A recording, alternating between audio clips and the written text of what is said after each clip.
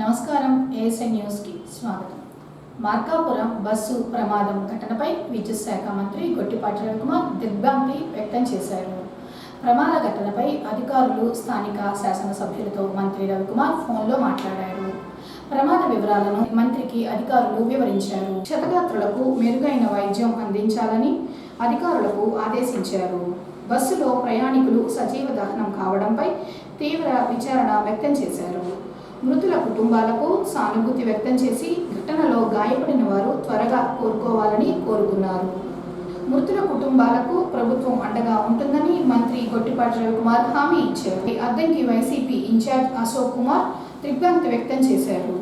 Bus ప్రమాదంలో 13 మంది సజీవ దహనం కావడం విషాదకరమని, మృతుల కుటుంబాలను, క్షతగాత్రులను ప్రభుత్వం అన్ని విధాలుగా ఆదుకోవాలని అశోక్ కుమార్ ప్రకటన ద్వారా తెలిపారు.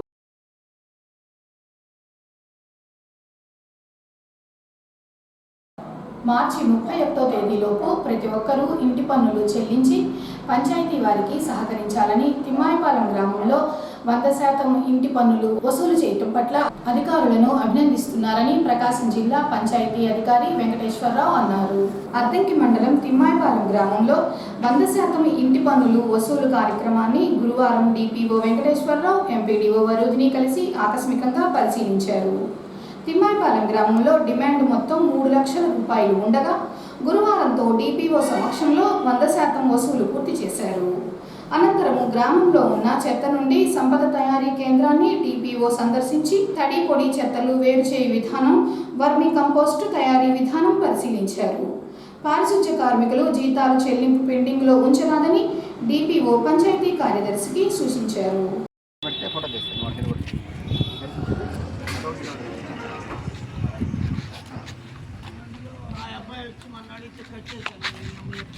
కొద్దిగా తిరుగు బాబు, కొంచెం తిరుగు బాబు.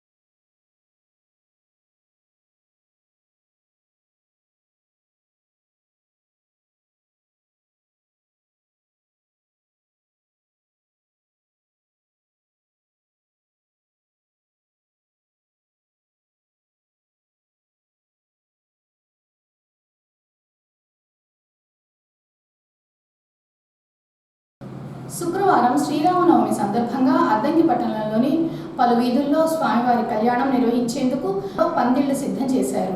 సింగరకొండలోని శ్రీ ప్రసన్నాంజనేయ స్వామి ఆలయ ఆవరణలో శ్రీ కోదండరామస్వామి దేవస్థానంలో శ్రీరామనవమి, సీతారాముల కళ్యాణ మహోత్సవాలకు అన్ని విధాలుగా ఏర్పాట్లు చేస్తున్నారు. స్వామివార్ల ఉత్సవమూర్తులను కళ్యాణం కోసం సిద్ధం చేశారు. ఈ సందర్భంగా నాగసూరి సుబ్బారావు మాట్లాడుతూ ప్రతి సంవత్సరం లాగానే ఈ సంవత్సరం కూడా సింగరకొండలో ఉన్న కోదండరామస్వామి దేవాలయంలో శుక్రవారం ఉదయం 11:47 సీతారామ కళ్యాణం జరుగుతుందన్నారు. శ్రీరామనవమి, రాముల వారి పుట్టినరోజు కార్యక్రమం గురించి ప్రముఖ ఆధ్యాత్మిక ప్రవచనకర్త కర్రి రమాసుందరిచే ప్రసంగం అనంతరం ప్రసాద వితరణ ఉంటుందని సుబ్బారావు చెప్పారు. శుక్రవారం రోజు శ్రీరామనవమి భారతదేశం అంతటా కూడా అన్ని వాడవాడల ప్రతి వీధిలోనూ కూడా శ్రీరామనవమి కళ్యాణం జరుగుతుంది. రేపు ప్రత్యేకించి పునర్వసి నక్షత్రం, స్వామివారి జన్మ నక్షత్రం, సీతారాముల వారి కళ్యాణం కూడా జరుగును. సహజంగా వెంకటేశ్వర స్వామి కళ్యాణం కానీ, శివ కళ్యాణం కానీ దేవాలయాల్లో లేక గృహంలో కానీ జరుగును. మరి సీతారాముల వారి కళ్యాణం శ్రీరామనవమి అని వాడవాడల ఒక్కొక్క బజార్లో కొంతమంది కలిసి నిర్వర్తిస్తున్నారు. ఇది మనం అనాది నుంచి చూస్తున్నాం కూడా.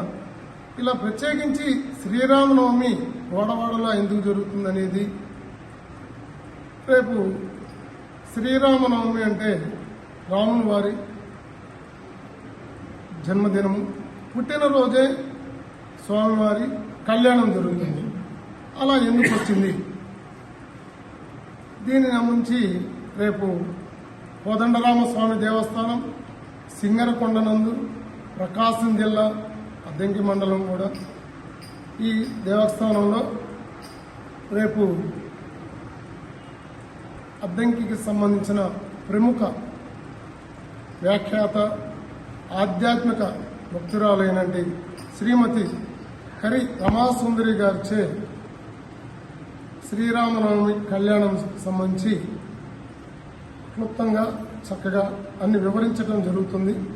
కావున ఈ భక్తులందరూ కూడా శ్రీరామనవమి కళ్యాణాన్ని తిలకించి స్వామివారి కృపకు పాత్రలు కావాల్సిందిగా కోరుచు కోదండరామస్వామి దేవస్థానం సింగరకొండ దేవస్థాన కమిటీ సభ్యులుగా మీ అందరికీ ఆహ్వానం చెప్తున్నాం. తర్వాత రామయ్య పెళ్లికి అందరూ రండి, కదిలి రండి, రారండి, అందరూ రండి. శ్రీరామనవమికి అందరూ రండి. అందరికీ శ్రీరామనవమి శుభాకాంక్షలతోటి మరి ఒకసారి మళ్ళీ కోదండరామస్వామి దేవస్థాన కమిటీ సభ్యులుగా మీ అందరికీ స్వాగతం చెబుతూ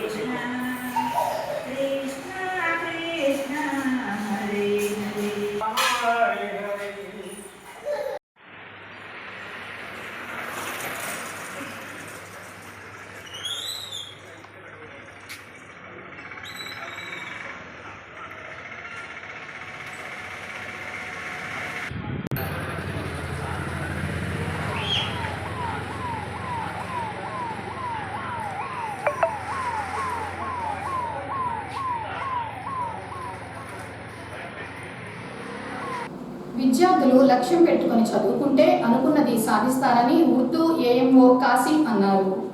అద్దంకి మండలం తిమ్మాయిపాలెం జిల్లా పరిషత్ హై స్కూల్ గురువారం Urdu AMO Kasim science project జిల్లా కోఆర్డినేటర్ సాదిక్ తనిఖీ చేశారు. తరగతి గదిలో విద్యార్థులతో మాట్లాడి విద్యా బోధన, మధ్యాహ్న భోజనం గురించి ఆరా తీశారు. పరీక్షల సమయం దగ్గర పడుతున్న నేపథ్యంలో విద్యార్థులు ప్రణాళిక ప్రకారం చదవాలని సూచించారు. అనంతరం సైన్స్ ల్యాబ్ను పరిశీలించి విద్యార్థులు తయారు చేసిన సైన్స్ ప్రాజెక్టులను చూసి అభినందించారు. వీరితో పాఠశాల ప్రధానోపాధ్యాయులు గంగాధర్ ఉన్నారు.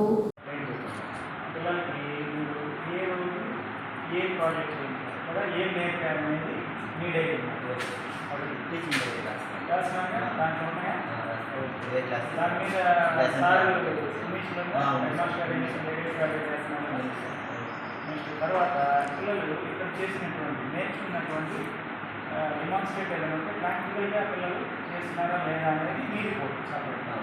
ఓకేనా? వాళ్ళు ఏదైనా ఇట్లా అసైన్మెంట్స్ ఎన్నిసార్లు చేసినటువంటి ప్రాజెక్ట్స్ ఇయర్లీ వన్స్ అసైన్మెంట్స్లో రికార్డ్ చేసేస్తారు. ఈ 4 మీకు ర్యాండమ్గా ఉన్నారు. విత్ డేట్ ఉండాలి. నేను ఒక్కదాంట్లో నాకు డేట్ కనబడాలి. టీచర్స్ సిగ్నేచర్ కూడా కనబడాలి. డేట్ మెన్షన్ చేయాలా, ఇయర్ మెన్షన్ చేయలేదు. సో ఇది లాస్ట్ ఇయర్ అనుకోవచ్చు.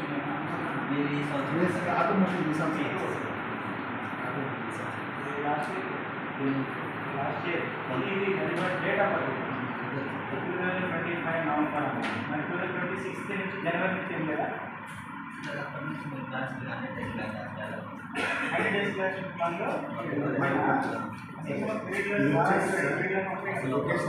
ఏం చేసామని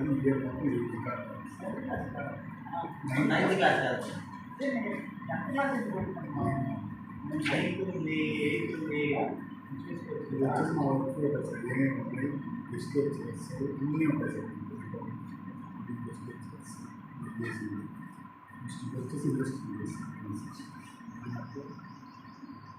ఒక 25 ప్లస్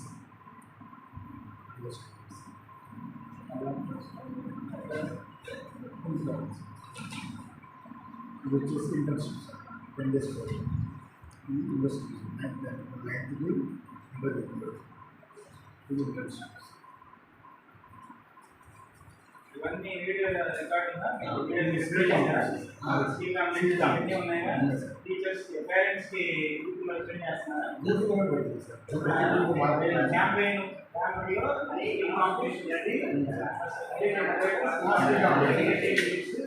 మా యాక్టివిటీస్ అన్ని మేము బ్యానర్ లో రావాలి. మనకి హిందీ అని తెలియాలి. పేరెంట్స్ వాళ్ళు చేస్తున్నాయి చేసేసి హెడ్ మాస్టర్ ద్వారా క్లాస్ నుంచి పేరెంట్స్కి వాట్సాప్ గ్రూప్స్ ఉన్నాయి. మీ పిల్లవాడు ఫలానా కంప్యూటర్లో ఫలానా వర్డ్ రికార్డ్ చేస్తాడు మళ్ళీ సపరేట్గా బయటకి చేసుకోవాల్సి ఓకేనా? అక్కడ ఎక్సెల్ వెళ్తాము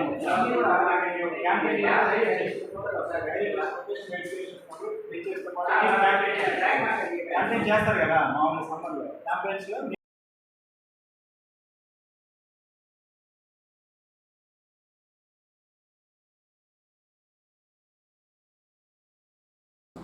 దివ్యాంగుల రైల్వే పాసులు 5 సంవత్సరాలకు ఒకసారి రెన్యువల్ చేస్తున్నారని, 5 సంవత్సరాలు రైల్వే పాసులు రెన్యువల్స్ కోసం దివ్యాంగుల సంక్షేమ సంఘం అద్దంకి మండలం అధ్యక్షుల వారిని సంప్రదించాలని స్వామి అప్పారావు తెలిపారు. ఈ సందర్భంగా ఆయన మాట్లాడుతూ దివ్యాంగులు అయి ఉండి రైల్వే పాస్ తీసుకొని 5 సంవత్సరాలు పూర్తి అయితే రెన్యువల్స్ కోసం సదరన్ సర్టిఫికెట్, ఆధార్, పాస్పోర్ట్లు, రేషన్ కార్డు జిరాక్సులు తీసుకొని అద్దంకి ప్రభుత్వ వైద్యశాలకు వస్తే డాక్టర్లచే సంతకాలు చేయించి ఇప్పిస్తారని అప్పారావు చెప్పారు. ఇప్పటి వరకు 50 మందికి రైల్వే పాసులు ఇప్పించారని, రైల్వే పాస్ ఉన్న దివ్యాంగుడితో ప్రయాణించే బంధువులకు 4వ వంతు రైల్ ఛార్జీలు తీసుకుంటారని, కావున దివ్యాంగులు ఈ అవకాశాన్ని సద్వినియోగం చేసుకోవాలన్నారు. పూర్తి వివరాలకు దివ్యాంగుల సంఘం అధ్యక్షులైన తనను సంప్రదించాలన్నారు. నమస్కారం అండి. అద్దంకి మండల దివ్యాంగుల ప్రెసిడెంట్ని అప్పాగారు మాట్లాడుతున్నాను. గతంలో తీసుకున్న దివ్యాంగులు రైల్వే పాసులు ఏమన్నా 5 ఏళ్ళు రెన్యువల్కి ఎవరికన్నా కావాలి అంటే అద్దంకి గవర్నమెంట్ హాస్పిటల్ కాడికి వస్తే మేము అప్లికేషన్ ఒకటి ఇస్తాము. ఆధారు, రేషను, సదరం ఒరిజినల్, ఫోటో స్టాట్లు, పాస్పోర్ట్ ఫోటో ఒకటి తీసుకొని వస్తే మేము ఇక్కడ గవర్నమెంట్ హాస్పిటల్లో డాక్టర్ కమ్మ చేత మేము పర్సనల్ నెంబర్ వేపించి మళ్ళీ 5 ఏళ్ళకి రైల్వే పాసులు ఇప్పించడం జరుగుతున్నది. గతంలో 330 మందికి ఇప్పించాము. ఈ 5 ఏళ్లలో అయిపోయిన వాళ్ళకి ఇంకా ఇంత మటుకు రాలేదు. ఈ మొత్తం మీద 40 మందికి ఇప్పించాము, 39 మందికి. కాబట్టి ఇంకా ఎవరైనా రావాలి అనుకుంటే అద్దంకి మండల దివ్యాంగుల ప్రెసిడెంట్ అప్పారావుని కలుపు సంప్రదిస్తే అప్లికేషన్ ఫ్రీగా ఇస్తాడు. రేషను, ఆధారు, సదరం ఈ 3 కంపల్సరీగా ఒరిజినల్ ఉండాలి, ఫోటో స్టాట్లు ఉండాలి. పాస్పోర్ట్ ఫోటో ఒకటి తీసుకొని వస్తే మేము ఇక్కడ ఇప్పిస్తామండి. రోజుకి 5-10 మంది లోపు ఇస్తారన్నారు డాక్టర్ అమ్మ గారు. మేము మాట్లాడాము ఆల్రెడీ. రోజుకి 5-10 మంది దాకా వస్తున్నారు, ఇప్పిస్తున్నాము. ఇంకా ఎవరైనా ఉంటే వస్తే మేము మమ్మల్ని సంప్రదిస్తే మేము ఇస్తాము. మాది పాత ఆంధ్ర బ్యాంక్ వెనకాల ఇల్లు. పిల్లలకు కూడా ఇస్తారా? పిల్లలకంటే ఇంకా పిల్లలకనేది ఇంత మటుకు మేము దానికి ఏమీ పెట్టలేదు. పిల్లలకంటే హాఫ్ టికెట్ రైలు అయితే మామూలుగా తీసుకోవట్లేదు. కాబట్టి పిల్లలకి అనేది ఇంకా మేము అడగలేదు. ఇప్పుడు ఓన్లీ మామూలుగా పెద్దవాళ్ళకి సదరం ఉన్న వాళ్ళకి 40 కాడి నుంచి 100% ఉన్న వాళ్ళకి పోయి రైల్వే పాసులు ఇప్పించడం జరుగుతున్నది. 1/4 దివ్యాంగుడికి ఫ్రీ, దివ్యాంగుడు వెంబడి వచ్చే వాళ్ళకి పావలా టికెట్. మనం స్టేషన్లో పోయి మన సదరం మనం ఇచ్చిన గవర్నమెంట్ డాక్టర్ గారు ఇచ్చిన సర్టిఫికేట్ మనం రైల్వే పాస్ని తీసుకొని పోయి మనం చూపిస్తే దాని మీద మనం సంతకం పెట్టి ఒంగోలు టు తిరుపతి పోవాలనుకో మనం రాపించుకొని సంతకం పెడితే మనకు టికెట్ ఇస్తారు. ఈ సద్వినియోగం చేసుకోవాల్సిందిగా కోరుతున్నాం. సింగరకొండ శ్రీ ప్రసన్నాంజనేయ స్వామి దేవస్థానం హుండీ లెక్కింపు కార్యక్రమం గురువారం పరిపాలనా భవనంలో ఈవో తిమ్మనాయుడు, ఆలయ చైర్మన్ చుండూరి మురళి, పర్యవేక్షణ అధికారి శ్రీరేఖ సమక్షంలో జరిగాయి. ముందుగా ప్రసన్నాంజనేయ స్వామి ఆలయం లోపల ఉన్న హుండీలను తెరిచి భక్తులు సమర్పించిన కానుకలను పరిపాలనా భవనంకు తరలించి వాసవి వనితా క్లబ్ భజన మండలి సభ్యులు, ఆలయ సిబ్బంది కలిసి లెక్కింపు చేశారు. 41 రోజులకు గాను 24,18,046 రూపాయలు ఆదాయం వచ్చింది. గతంలో ఫిబ్రవరి 13వ తేదీన హుండీలను తెరిచి లెక్కింపు 77 రోజులకు చేశారు. హుండీల ద్వారా వచ్చిన ఆదాయం ఆంధ్ర ప్రగతి గ్రామీణ బ్యాంకులో డిపాజిట్ చేశారని తిమ్మనాయుడు తెలిపారు. రిజిస్టర్ ఆఫీస్లో ఉన్నాను నూతలపాట్లో అన్నాడు. సరే ఏదో నేను మాట్లాడతా అన్నాడు విషయం.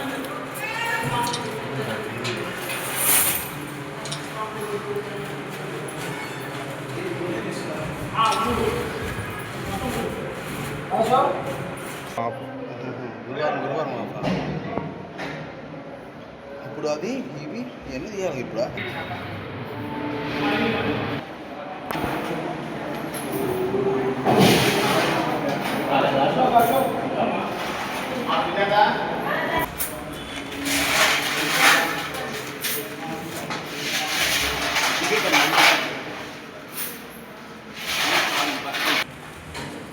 పక్కన చేస్తారండి.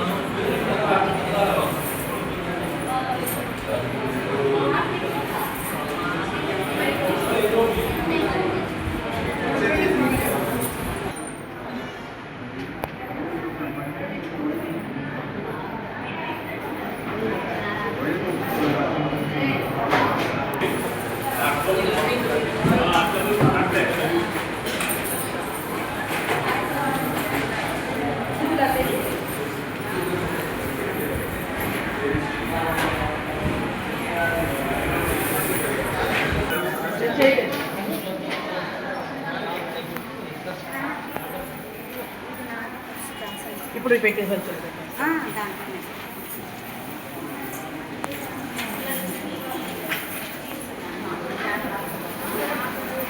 ఇదిగో దీంట్లో పెట్టాను అక్క. ఈ రూమ్ కల్ కూడా చూస్తుండు.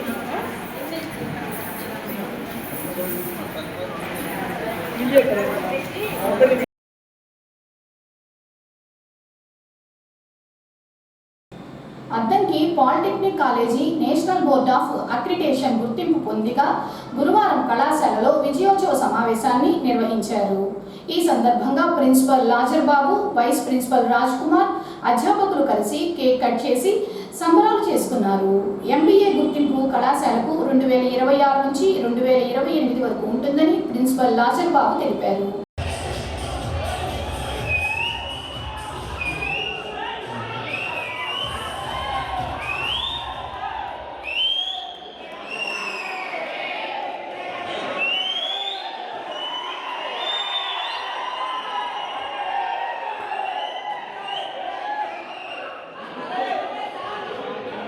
మంచి మ్యూజిక్ పెట్టండి.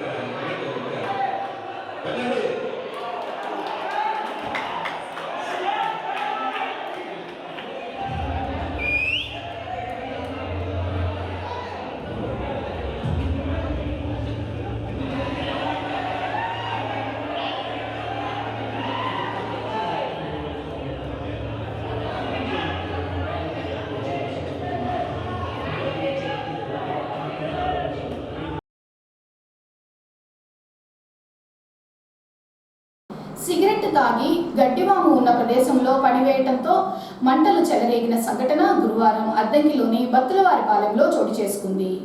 శ్రీనివాసరావుకు చెందిన 2 ఎకరాల గడ్డివాము వద్ద గుర్తు తెలియని వ్యక్తి సిగరెట్ త్రాగివేయటంతో గడ్డివాము నుంచి మంటలు రావడంతో స్థానికులు గమనించి అద్దంకి అగ్నిమాపక శాఖ వారికి సమాచారం ఇచ్చారు. వారు వచ్చి మంటలు అదుపు చేయడంతో నష్టం తగ్గింది. ఈ ప్రమాదం వల్ల శ్రీనివాసరావుకు 10,000 రూపాయల నష్టం వాటిల్లింది. ఏఎస్ఎన్ న్యూస్ ఇంతటితో సమాప్తం. నమస్కారం.